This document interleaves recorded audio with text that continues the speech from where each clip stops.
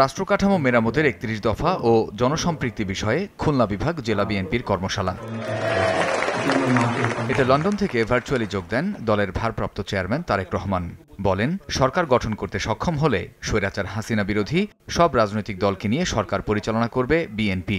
BNP নামক যে রাজনৈতিক দলটি, এই দলটির সম্ভাবনা সবচাইতে বেশি সরকার গঠন করেন, এবং সরকার গঠন করলে এরাই মানুষের জন্য এবং দেশের জন্য কিছু করতে পারবে বলে মানুষের সেই আস্থা বা বিশ্বাসটা আছে।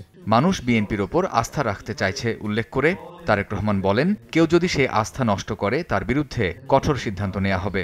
জেলা নেতৃবৃন্দ আপনাদের সকল উপজেলা বা থানাদেরকে নিয়ে বসবেন, থানা নেতৃবৃন্দ আপনারা আপনাদের ইউনিয়ন বা পৌরসভা এই সকলকে নিয়ে নেতৃবৃন্দকে নিয়ে বসবেন এবং আপনাদেরকে ছোট ছোট কর্মসূচি গ্রহণ করতে হবে। এখানে কোনো নির্দিষ্ট সময় নেই, সামনে একটি নির্বাচন আমাদেরকে পার হতে হবে।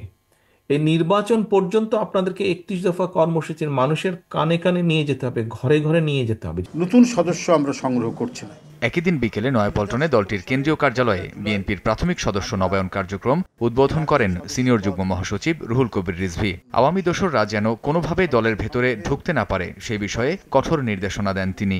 নবায়নের উদ্দেশ্যটাই হচ্ছে যে আমরা শুনতে পাই নানাভাবে নানা দিক থেকে ঢোকার চেষ্টা করছে, মানে আওয়ামী ফ্যাসিবাদের কীট পতঙ্গরা, এই কীট পতঙ্গরা যাতে ঢুকতে না পারে এই ব্যাপারে মানে খুব শক্ত নির্দেশনা আমরা জেলাগুলোকে আমরা দিচ্ছি। দল থেকে বহিষ্কৃতদের নবায়নের আওতায় আনার সুযোগ নেই বলেও জানান বিএনপির এই জ্যেষ্ঠ নেতা। যারা বিভিন্ন কারণে দল থেকে বহিষ্কার হয়েছেন এরা কেউ নবায়ন করতে পারবে না। কামরুজ্জামান মামুন, সময় সংবাদ, ঢাকা। আমরা তো বহিষ্কার যখন করি তখন